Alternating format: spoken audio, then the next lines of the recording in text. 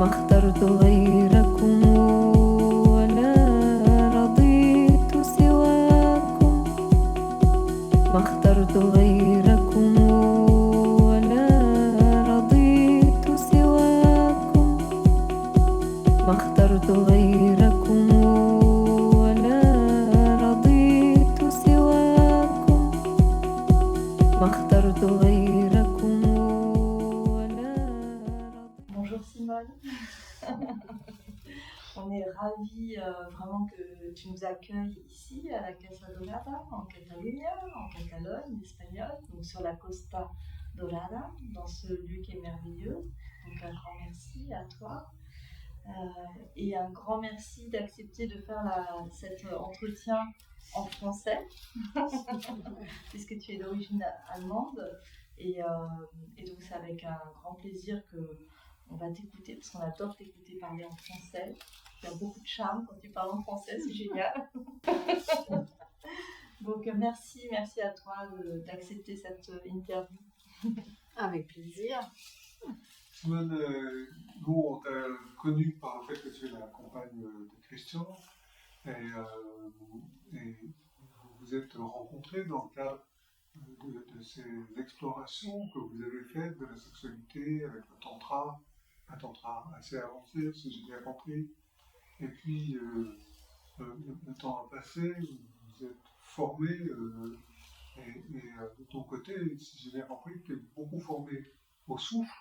Et puis, en particulier au tantra, et tu es devenu à un moment donné masseuse tantrique, et maintenant tu donnes également des soins qui s'appellent Sacred Intimacy, l'intimité sacrée. C'est ça. Vous avez cofondé ce lieu, la Casa Dorada.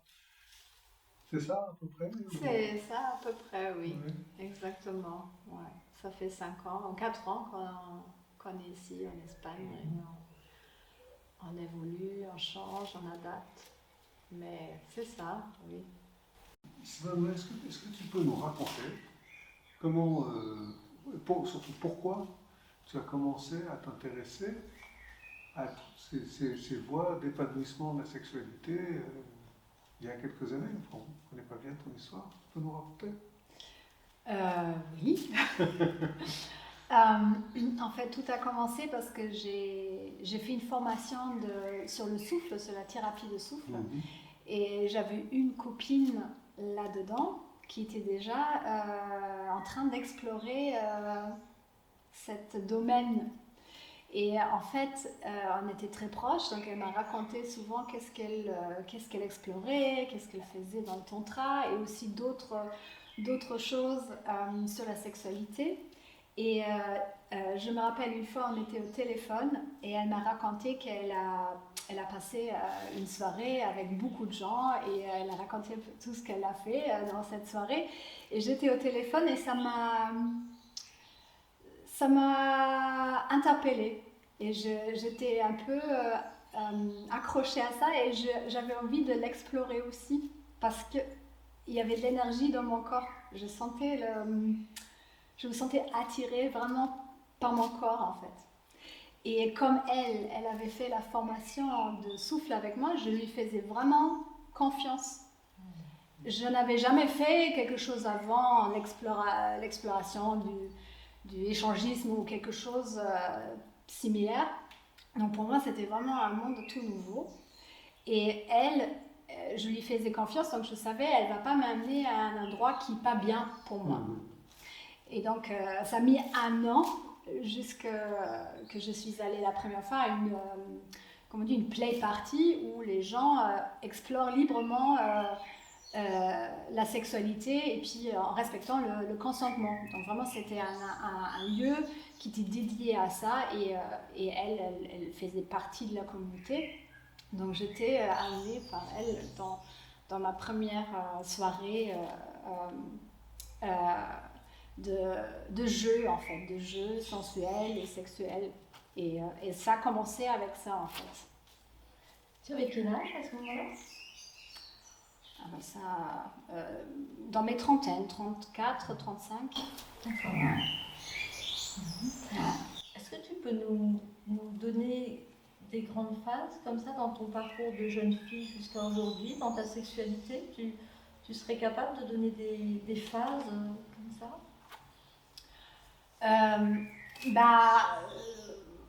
Avant d'être vraiment sexuelle avec quelqu'un, j'ai toujours cru que je ne vais jamais avoir du sexe en fait.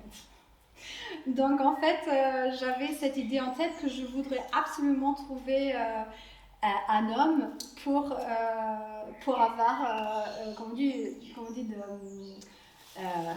l'intimité sexuelle avant mes 18 ans. Parce que je croyais que je ne vais pas l'avoir, donc il y avait cette croyance, cette idée. Il fallait que je fasse un effort en fait pour arriver là.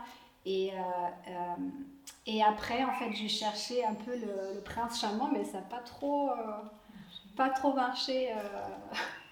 Et en fait, j'étais toujours un peu à la recherche d'une relation, mais elle ne venait pas. Mais de temps en temps, j'avais des rencontres sexuelles, mais j'étais toujours à la recherche d'autre chose. Mais ça n'a pas marché. Donc j'étais toujours déçue. Et en fait, quand j'étais plus jeune, j'ai marqué les noms pour pas les oublier parce que je trouvais toujours que c'était quelque chose je voulais pas oublier ou comment on dit que j'étais tellement intime avec quelqu'un et je voulais pas oublier en fait que cette personne elle était à un moment physiquement, même si c'était que physiquement et des fois aussi émotionnellement évidemment proche de moi. Donc c'était un peu, donc je faisais vraiment, et à chaque fois quand je sortais et il y avait encore une déception, j'étais un peu déçue parce que je cherchais en fait une relation stable et c'était vraiment très difficile pour moi de rencontrer quelqu'un pour ça en fait. Et après j'avais quelques relations stables, mais je peux même pas trop dire que je sais pas trop quoi dire sur ma sexualité dans ce moment. C'était pas quelque chose qui était très c'était pas vraiment absent, mais c'était pas non plus quelque chose très épanoui. J'étais toujours exploratrice, j'aimais des rencontres, des aventures, parce qu'il y avait quand même une excitation dans l'inconnu que j'ai toujours aujourd'hui. J'aime bien quand je ne sais pas qu'est-ce qui m'attend. Donc ça, c'est quelque chose qui est très intéressant pour moi. Et un turn-on, ça me motive. Et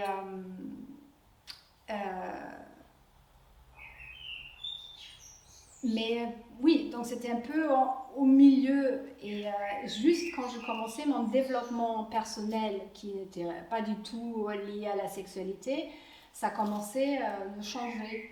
Et aussi avec cette copine en fait qui m'a amenée en fait sur ce chemin-là, qui n'était pas tantrique au début, c'était plutôt comment on dit la sexualité créative, un peu avec beaucoup de facettes différentes. Que ça changeait en fait. Donc à partir de là, en fait, j'ai plus eu cette idée que en fait, j'ai accepté, c'est ok d'avoir des partenaires que je change et que c'était pas toujours une déception si ça aboutit pas dans une relation en fait. Donc je me suis libérée de cette idée.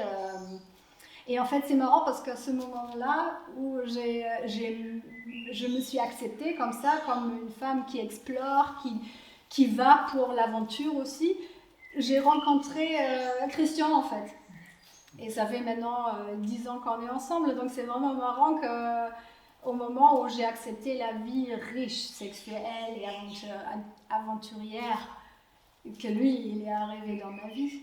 Et en fait, la relation, elle est venue après, en fait. Au bon moment. Voilà, exactement. Oui, exactement. Et quand on lâche, qu'on trouve. Oui. J'ai fait une constellation sur ça, c'était vraiment marrant.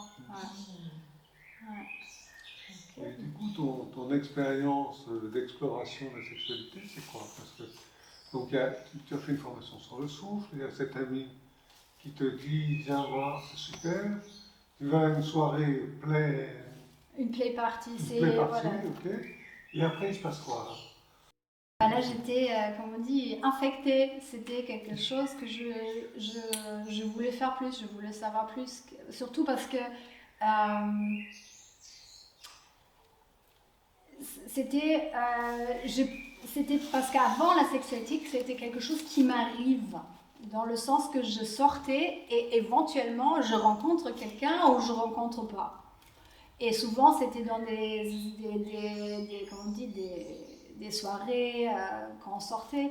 Donc c'était pas quelque chose que je cherchais actif, c'était plutôt passif. Et là vraiment j'avais l'impression que je prenais ça en main. Comment on dit, c'est un mot en anglais, je sais pas comment on le dit en français, c'est empowerment.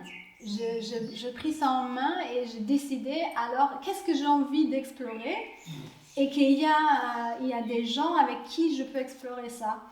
Et comme les lieux que je fréquentais, le consentement c'était tellement important, je me sentais en sécurité. Déjà je connaissais cette copine, après je voyais les gens qui fréquentaient ce lieu, et ils étaient comme moi des gens complètement normaux et pas du tout comme j'ai imaginé qu'un lieu qui fait des parties où il y a des gens qui s'épanouissent sexuellement ensemble ou avec des partenaires différents que leurs partenaires, que c'est des gens comme moi et qu'il n'y a rien de bizarre là-dedans.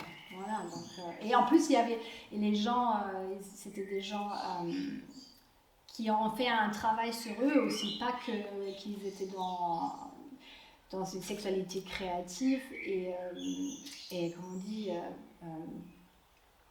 pas que dans une sexualité créative aussi, ils cherchaient autre chose dans la vie, spirituellement, ou voilà, ils travaillaient sur la conscience. Et ça, j'avais ça en moi depuis que j'avais fait cette formation, donc je retrouvais un peu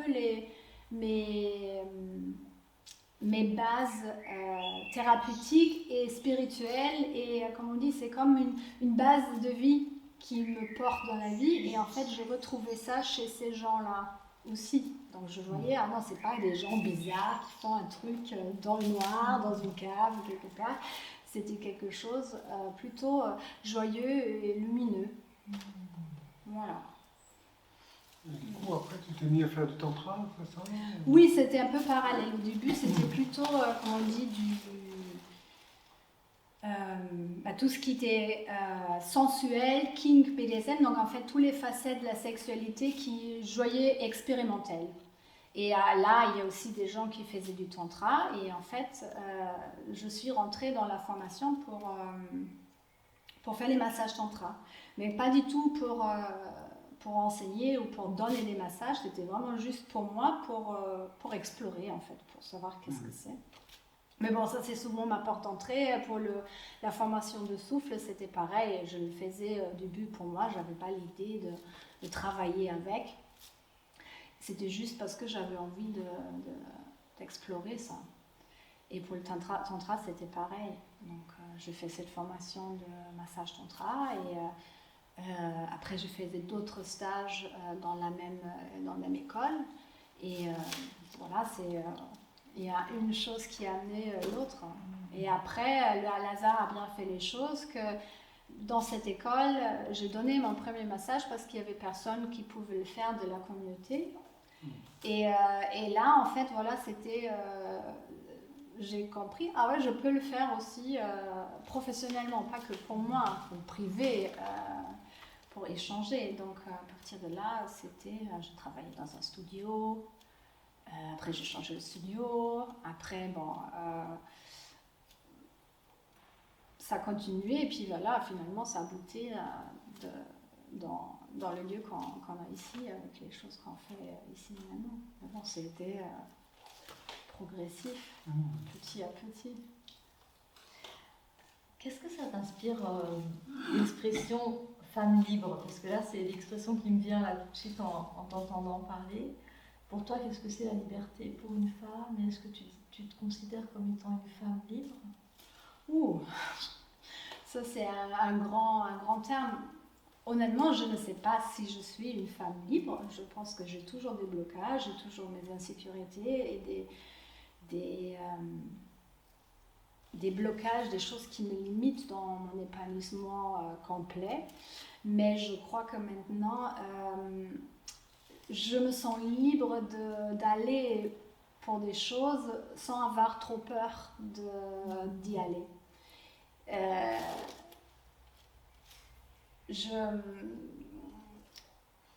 Je vais pour mon plaisir plus que j'allais avant. Donc c'est plus facile pour moi maintenant d'identifier qu'est-ce que j'ai envie d'explorer, qu'est-ce que j'en ai besoin, et de demander pour ça, ou de chercher ce que j'ai envie de chercher sans réfléchir, qu'est-ce que l'autre va penser. Peut-être ça. Mais quand même, il y a toujours, c'est pas fini, c'est un chemin. Des fois, je rencontre aussi des insécurités. Encore, c'est pas quelque chose de fini. C'est plutôt en progression. Voilà. Ouais. Et, tout cet enseignement que tu as reçu au fil de ces années, comment tu parviens à l'intégrer dans ta vie aujourd'hui?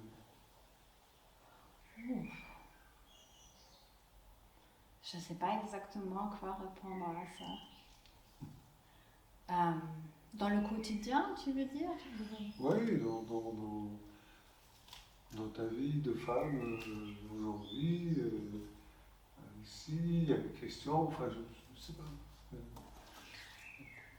C'est peut-être une partie, c'est que notre base,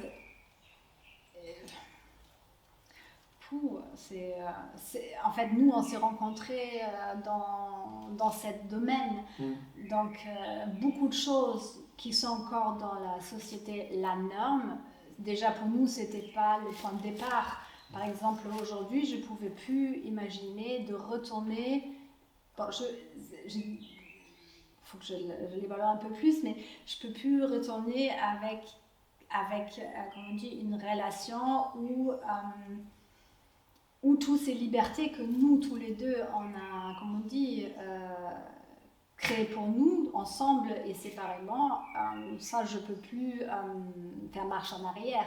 Ça ne veut pas dire qu'on ne peut pas avoir des moments où on est monogame complet et on ne va pas s'ouvrir aux autres, mais il y a une ouverture de dialogue, de parler, parce que des fois, je peux avoir des envies, je ne vais pas forcément aller les vivre seule, mais je les partage avec Christian. Et ça, c'est une liberté, c'est quelque chose qui était toujours partie de notre couple. Et lui, il ne prend pas personnellement, ça ne le met pas en danger.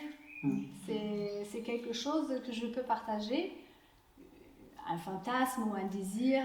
Et en fait, il peut l'entendre sans que ça pose un problème dans notre relation. Et ça, pour moi, c'est très essentiel. Et aussi, quand on travaille sur le corps tous les deux avec des clients, c'est quand même très proche et intime. Donc, il y a, comment on dit, une base de confiance, de connexion qui est forte. Je ne peux plus imaginer de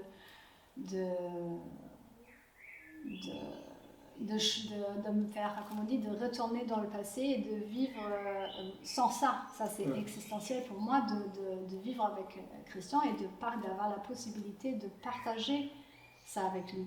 Et c'est pas forcément d'y aller et de le faire, c'est vraiment juste ce partage, en fait, que je me sens vue avec ça. Et que ça a le droit d'exister en moi et que c'est pas jugé, en fait. Et je pense que ça, c'est ça où ça s'exprime le plus dans notre relation, je pense, dans le quotidien. Ouais. Qu'est-ce que tu penses du couple de mots amour, sexualité? Pardon. Qu'est-ce que tu penses du couple de mots amour, sexualité? Si tu devais nous parler de l'amour et de la sexualité, de la relation entre ces deux mots, qu'est-ce que tu pourrais nous dire? Les deux enrichis, je veux dire, l'amour, elle est enrichie, la sexualité, c'est un comment dire en français, une manière d'exprimer l'amour pour l'autre ou de se connecter. Il y en a plein, mais la sexualité est une. Quand il y a l'amour, la sexualité, elle change aussi. Que quand c'est juste corporel, donc les deux influencent l'autre. Voilà, je pense que c'est ça, ouais, par contre, ça peut exister aussi sans l'amour, ça, parce qu'il y a des gens qui disent la sexualité sans l'amour, c'est pas pour moi, et je comprends, mais je crois il peut avoir un épanouissement dans la sexualité si on n'est pas amoureux. Mais c'est pas la même chose. C'est pas la même chose. Donc, mais si on est déjà en couple, je pense que si on fait un parcours ensemble dans la sexualité, ça peut donner des dimensions dans l'amour qui est déjà là, qu'on n'a peut-être pas eu avant. Je pense qu'il y a, voilà, on peut découvrir tout un champ qu'on n'est pas. Je pense. Voilà. Donc tu as mené une exploration dans le domaine de la sexualité assez vaste, enfin tu t'es consacré à ça, etc. pendant plusieurs années. Est-ce que tu as des regrets? Des regrets? Non, non, pas de regrets. Non, je suis pas ce genre j'ai pas trop, dans ma vie en général, j'ai pas trop de regrets. C'est pas forcément mon fonctionnement général, donc dans ce domaine, peut-être j'ai fait des expériences moins bien, mais ça m'a appris quelque chose, donc je reste pas sur le côté négatif, c'est plutôt qu'est-ce que j'apprends avec ça, et en fait ça m'a aidé d'être plus claire dans les interactions, avec la communication en général, donc non, pas de regret. Peut-être un seul, c'est de ne pas avoir eu la possibilité de le rencontrer encore plus tôt. Ah. Mais même si en même temps, je pense que ça vient toujours au moment qu'on est prêt. Mais je crois que là, aujourd'hui, la génération aujourd'hui, elle commence beaucoup, beaucoup plus tôt. De travailler sur la conscience, sur la sexualité aussi. Et donc le point de départ est différent, mais sinon j'en ai pas de regrets. Est-ce qu'il y a des pistes ou des domaines que tu aimerais encore explorer, que tu n'as pas encore exploré? Professionnellement, oui. Privé... Alors professionnellement en tout cas oui, parce que le travail que je fais c'est le toucher, donc c'est vraiment sur le corps et c'est très proche avec une personne. Et en fait là le prochain, comment on dit, la prochaine étape pour moi maintenant c'est qu'est-ce que je peux faire autrement aussi avec le savoir que j'ai et l'expérience de travailler avec les gens dans un contact intime comme ça, mais un accompagnement plutôt verbal, un échange verbal. Donc c'est ça que je cherche un peu professionnellement. Et privé, il y en a toujours. Là, mais bon, ça c'est aussi par phase de vie. Là, les dernières années, c'était, comme on dit, ma vie était dominée par être mère aussi. Donc là, je sors de cette phase d'être mère. Et en fait, il y avait quelqu'un qui avait vraiment besoin de moi. Donc, c'était pas le focus sur moi. Et en fait, ça revient depuis 1 an ou 1 an et demi, ça revient sur moi. Donc maintenant... je vois doucement qu'est-ce que sont mes envies et des fois je ne sais pas encore. Donc, mais je recommence de me poser la question et quand j'ai des opportunités aussi d'y aller pour des choses. Par exemple, ça fait très très très longtemps que j'ai pas eu un massage tantra moi-même, que j'étais vraiment une cliente, de recevoir un massage comme une cliente. Et en fait, là, j'avais une opportunité qui était avant pas trop le cas parce qu'Aurélia, elle était petite. Et là, je me suis posé la question, qu'est-ce qui m'a envie? Donc je cherchais et je suis allée pour mon envie. Et là, voilà, ça continue petit à petit, mais ça change au fil des années aussi. Les envies que j'avais il y a 10 ans ne sont pas les mêmes que j'ai aujourd'hui. Donc c'est vraiment très fluide. Voilà. Simone, tu nous as dit que tu avais envie petit à petit de faire évoluer ta pratique, qui était très proche de l'intimité, pour l'amener vers plus de verbal et moins de toucher. Est-ce que tu sais pourquoi? C'est très personnel, c'est très très proche ce qu'on fait dans les séances et j'aime beaucoup ça, mais j'aimerais bien avoir diversifié. Voilà, d'avoir parce que je sens énergétiquement, pour moi, je donne beaucoup dans une séance. Et des fois, j'aimerais bien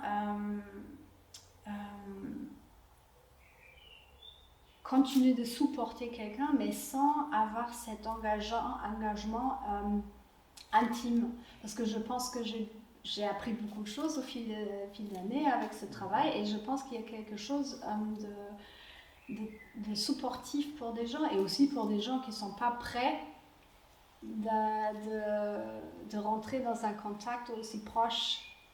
Et voilà, ça, c'est la phase en fait pour moi de...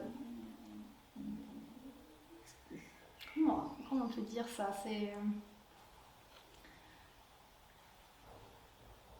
C'est tout ce que j'ai appris et tout ce que j'ai donné dedans, de faire, comme on dit, une transition. Oui, c'est parce que je voudrais continuer, mais en fait, je voudrais peut-être de combiner aussi. C'est de pas... de faire en fait un accompagnement plus complet, qui n'est pas forcément que basé sur le toucher, qui a vraiment un truc plus complet encore. Oui, parole et toucher en fait. Pardon? Parole et oui. toucher. Oui. Verbal et toucher. Ouais. Et aussi, bon, maintenant,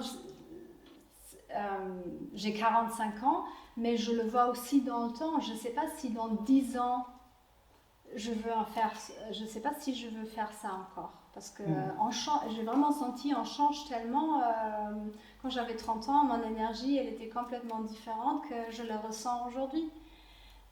Donc, d'écouter mon corps et écouter qu'est-ce que j'en ai besoin et qu'est-ce que je peux donner. Et en ce moment, j'ai l'impression que c'est un autre cycle. C'est autre chose aujourd'hui qu'il y a 10 ans.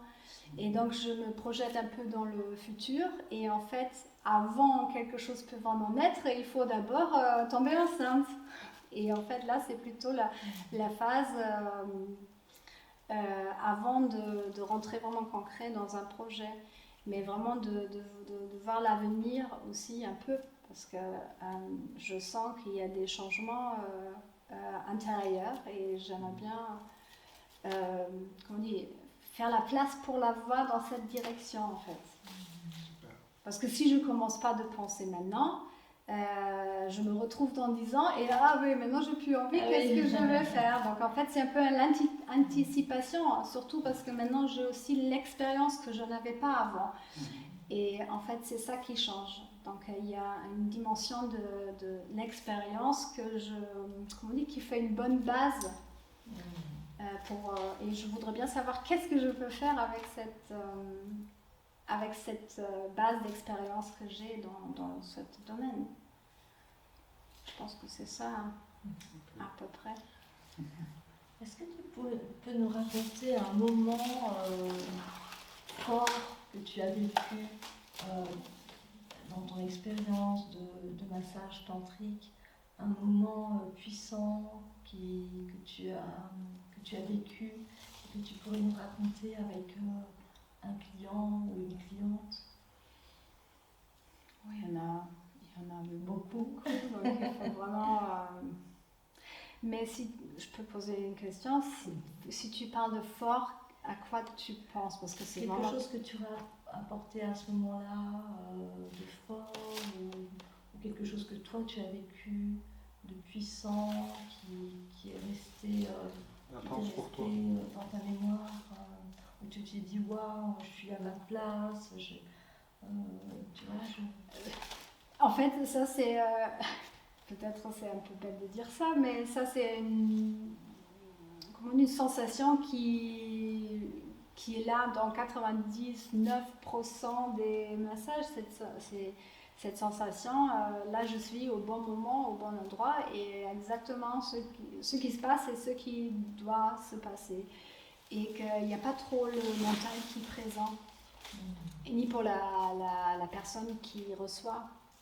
Et que c'est tellement...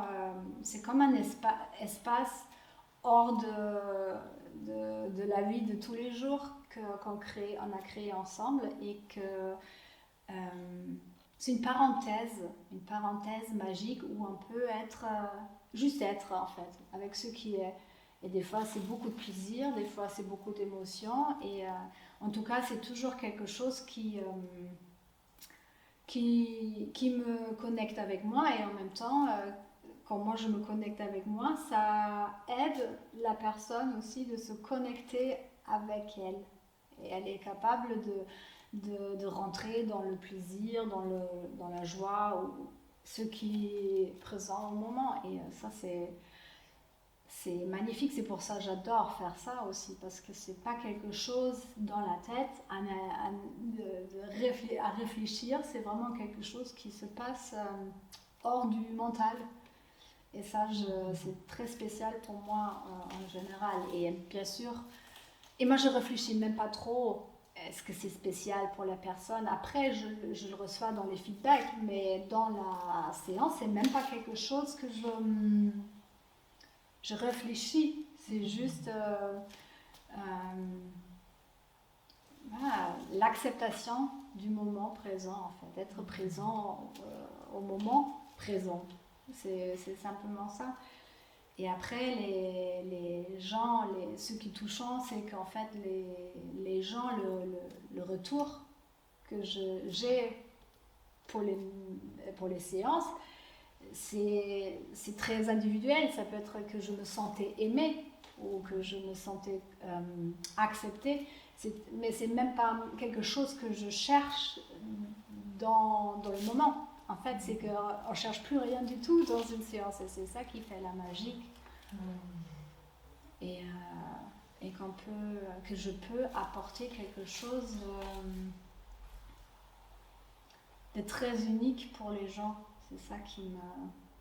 Sans que je sache vraiment qu'est-ce que je... Il n'y a pas d'intention, il n'y a pas de but. Et ça, c'est spécial pour moi, en tout cas. Et dans ce que tu dis là, nous donne envie de te poser la question de savoir quel est le lien que tu fais, toi, entre sexualité et spiritualité? Moi? Ouais. Là aussi, là, je n'ai pas de réponse très claire. Pour moi, la spiritualité, c'est plutôt quelque chose de... Je n'ai pas compris, en fait. Donc, mon mental, il cherche toujours à comprendre qu'est-ce que c'est la spiritualité, et le mental, il ne trouve pas du tout de réponse à ça. Et c'est marrant parce que ce n'est pas un mot que moi, j'utilise beaucoup. Donc, là, je l'ai utilisé, mais quand je parle pour mes propres expériences, si moi j'ai vécu quelque chose, c'est pas un mot qui vient facilement. Pas parce que j'ai un problème ou un blocage, c'est juste je sais pas à quoi le lier des fois, ce mot qui concerne mon propre expérience.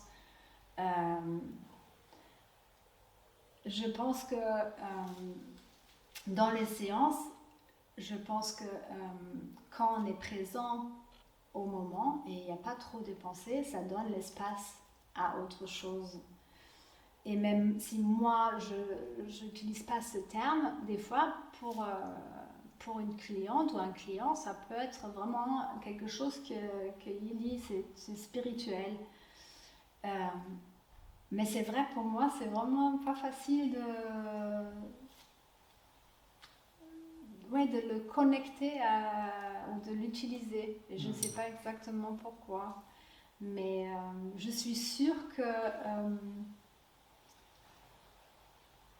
l'espace qu'on crée, ou que j'essaie de créer avec quelqu'un dans une séance, par exemple, c'est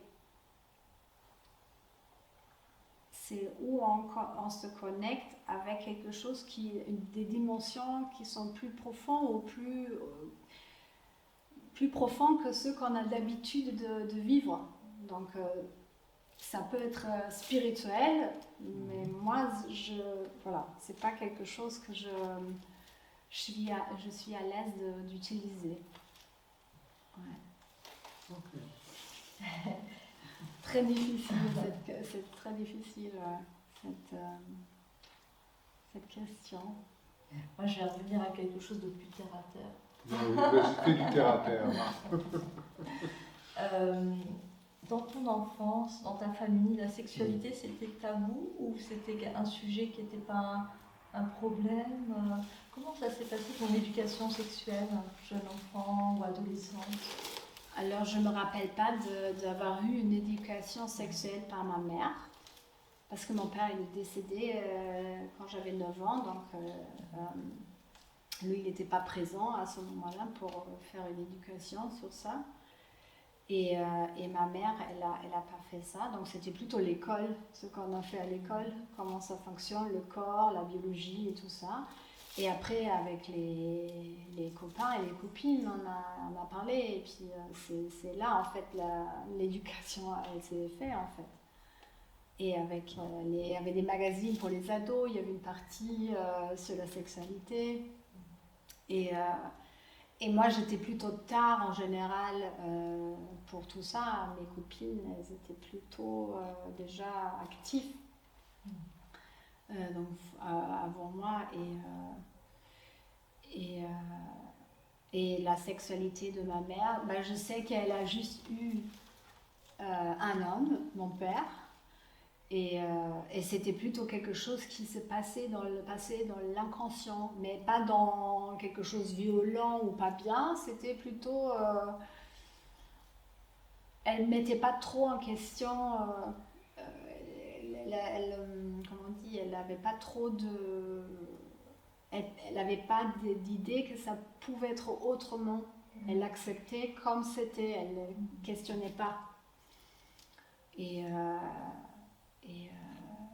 je suis arrivée comme ça aussi, parce que ma sœur, elle a 16 ans plus que moi, elle était en fait l'enfant avant le mariage.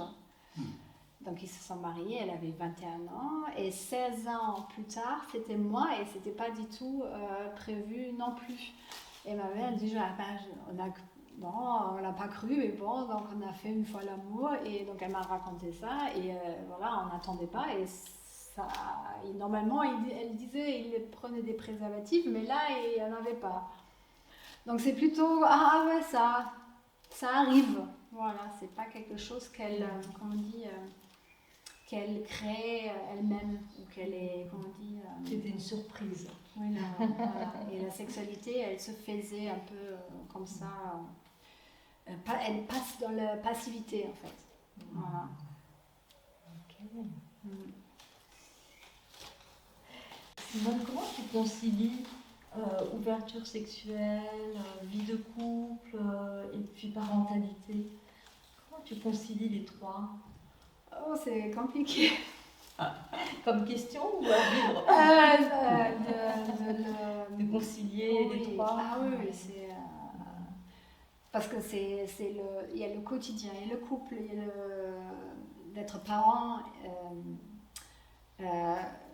moi, mon partenaire, donc l'individu, et c'est un grand challenge pour moi en général.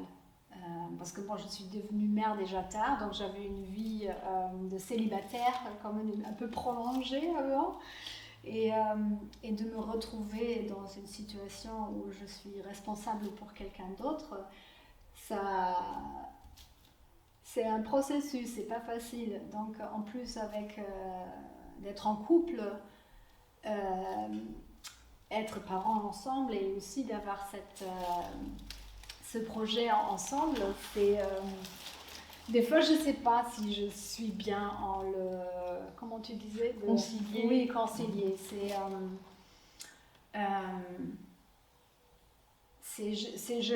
J'essaie de naviguer par, comment on dit, c'est un peu comme une croisière et des fois on va là-bas, on visite un peu là-bas et après on prend encore le bateau, on va ailleurs. C'est pas, j'ai pas toujours tout en, comment on dit, je vois pas tout l'ensemble des fois. Des fois il y a le focus sur une chose et après ça va sur l'autre chose et ça, je pouvais pas dire que c'est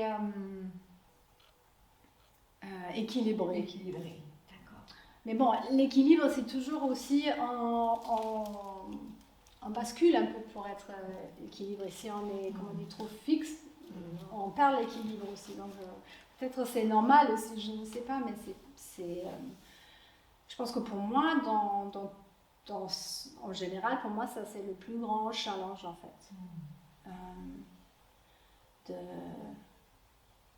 De vivre ça bien et que en fait d'être juste pour tout en fait, pour moi-même, pour Christian, d'être mère et aussi de dédier du temps au projet. Et des fois je sais pas. Ouais.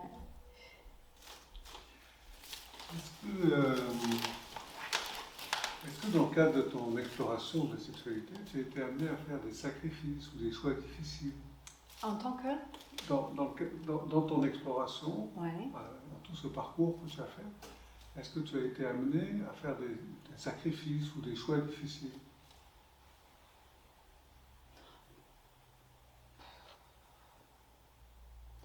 Oui, des fois de pas aller pour mon envie, parce que quand on est en couple ou quand on a des contraintes familiales, là oui, peut-être j'aurais envie d'explorer quelque chose, mais la vie, elle est autrement et il faut que j'accepte aussi que là, c'est pas, comme on dit, la satisfaction instantanée que je peux avoir ou de suivre mon envie. Et ça, peut-être que avant, quand j'étais seule, c'était beaucoup plus facile d'aller pour mes envies.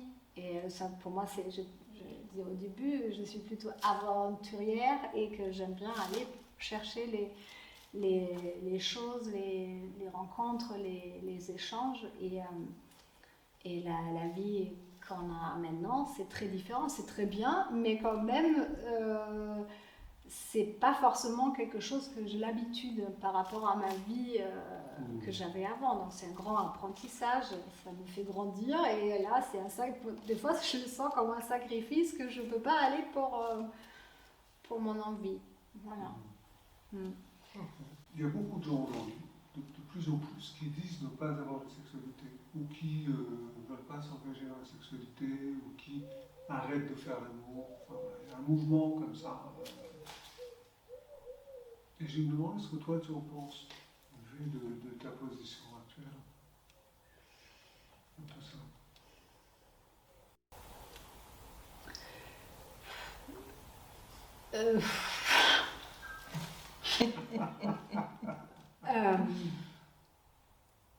La première chose qui me vient, c'est je comprends que ça vient. Je comprends pourquoi il y a un mouvement comme ça. J'ai pas forcément un avis, mais je comprends qu'il y a ce mouvement qui se développe parce que notre société, elle change tellement vite et en fait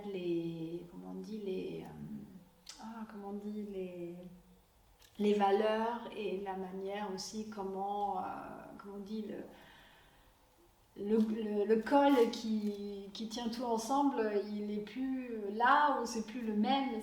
Tout est un peu compliqué aussi dans la sexualité, et surtout avec la polyamorie et toutes les possibilités qu'on a aujourd'hui. Donc c'est tellement complexe qu'on peut complètement se perdre dedans.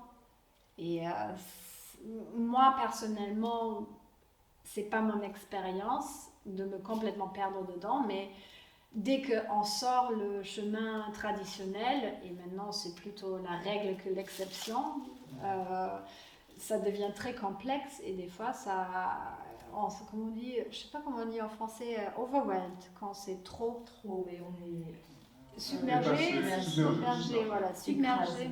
tout ça. Qu'on bloque complètement, on l'exclut complètement pour pas rajouter, parce que comme la sexualité c'est quelque chose qui peut nous rapprocher et créer de la magie, mais en même temps ça peut créer aussi beaucoup de blessures. Donc après on évite pour pas être blessé. Donc je comprends en même temps. C'est pas mon propre expérience et je sais pas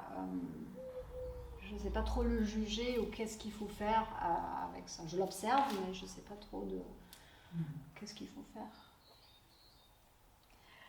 Tu as prononcé un mot, polyamorie. Est-ce que comment tu te positionnes par rapport à ça? Est-ce que tu te considères comme polyamoureuse? Non. Pas du tout. Dis-nous. Non, je me considère pas comme polyamoureux parce que Christian, il est mon partenaire, comment on dit, mon seul partenaire avec qui j'ai un engagement amoureux et émotionnel, et il n'y a pas une autre personne. Et pour moi, la polyamorie, elle a vite...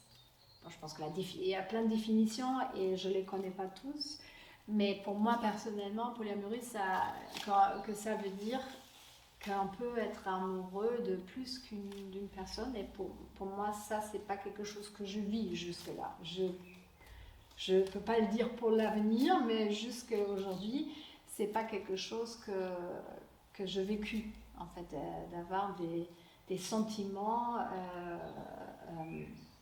amoureux pour plus qu'une personne. Par contre, il y a d'autres relations peut-être dans la sexualité qui peuvent se créer, mais c'est pas quelque chose... c'est des relations, mais c'est pas forcément amoureuse. Donc, notre couple, c'est en fait la fondation, et à partir de là, on explore, en fait. Mais l'exploration, elle est plutôt, comme on dit, elle est...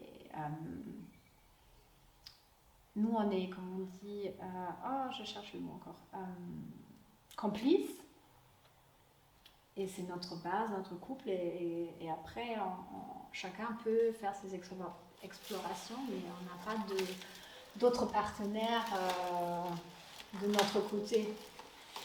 Et c'est pas forcément quelque chose qu'on a décidé, non, ça fait pas partie de notre vie, on veut pas ça. C'est plutôt quelque chose qui se présente pas.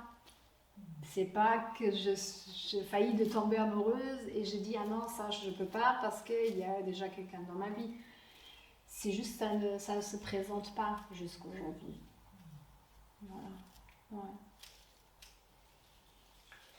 Est-ce que dans tout ce chemin que tu as fait d'exploration, est-ce qu'il y a des aspects de la sexualité que tu regrettes de ne pas avoir exploré? Non, pas que je... Non. Non, parce que normalement, si quelque chose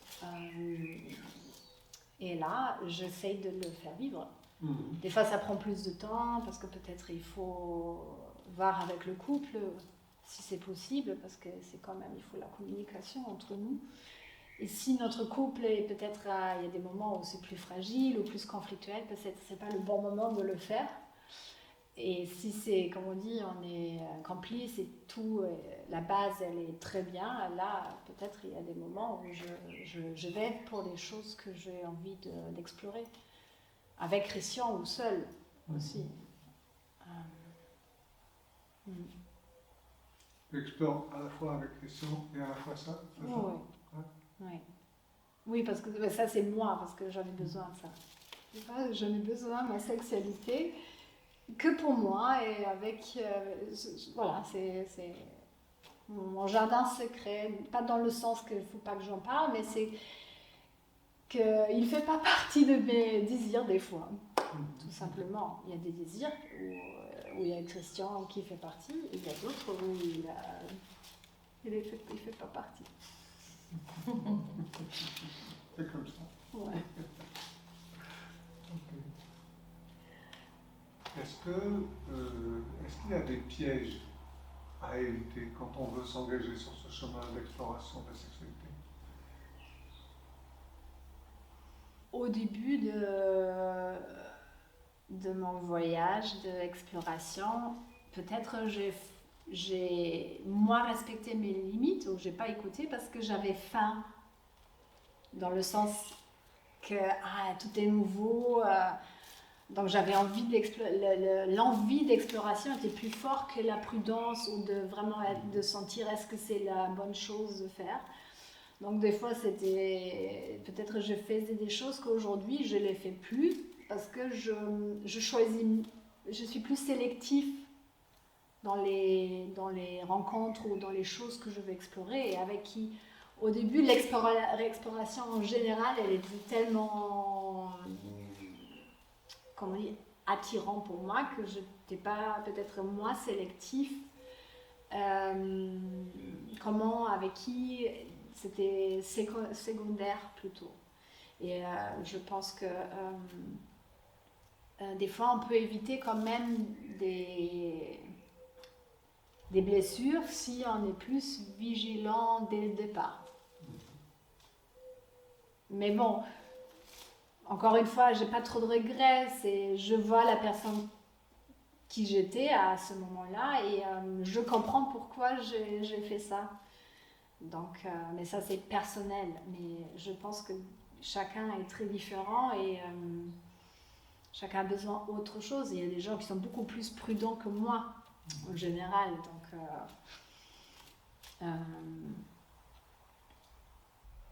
ouais, je pense que c'est ça. Aujourd'hui, je suis plus sélective sur les choses sur lesquelles je m'engage ou avec quelles personnes je me connecte. Quand tu parles d'exploration et d'aller, ça me fait penser à un animal que j'aime de plus en plus, qui est la chèvre.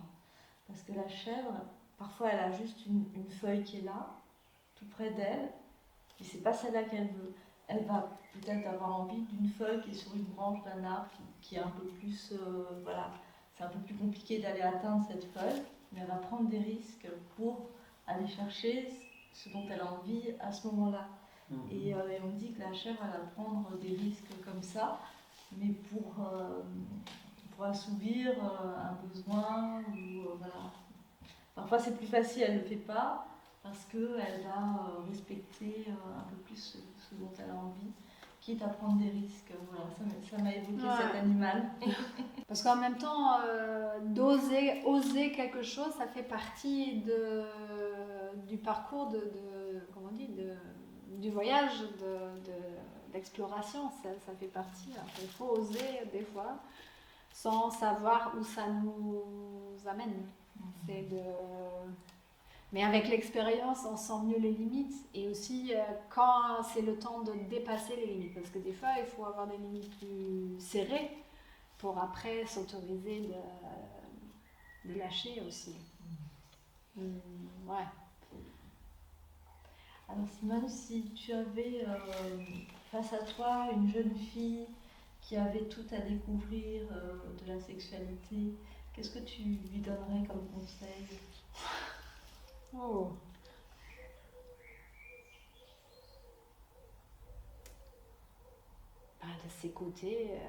De s'écouter par rapport à ses limites, par rapport à ses envies, et de communiquer, même s'il y a de communiquer les limites ou les peurs ou ce qui, comme on dit, qui se passe dans la tête ou dans le corps, et malgré qu'il y a le risque comme on dit, de ne pas avoir ou d'être rejeté, parce que je pense que le plus qu'on est connecté avec ce qu'on veut, ce qu'on a besoin et de plus on est, comme on dit, connecté avec nos émotions et nos peurs et tout ça, et on peut les communiquer, de plus ça peut créer, comme on dit, la connexion avec le partenaire ou la personne avec qui on s'engage. Alors Simone, pour conclure cet entretien, est-ce que tu peux nous dire quelques mots sur comment tu l'as vécu? Parce que pour nous, ça a été un vrai bonheur. Ça a été pour toi? Oui, c'était très bien. C'est juste des fois étrange de le faire en français parce qu'ici à la Casa Dorada, on le fait plus en anglais, comme ou en français aussi, mais quand même c'est plus en anglais. Donc c'était bien de le faire en français, c'était un challenge. Et aussi, en fait, d'être dans la position de répondre à des questions, c'était bien parce que normalement, souvent, dans mon travail, c'est moi qui pose les questions pour savoir plus sur le parcours des gens. Et là, c'était bien, en fait, d'avoir cet espace, de parler de moi, de notre travail. Et ça m'a fait plaisir de répondre à ces questions. Super, merci. Merci à vous, oui, ça m'a vraiment fait plaisir.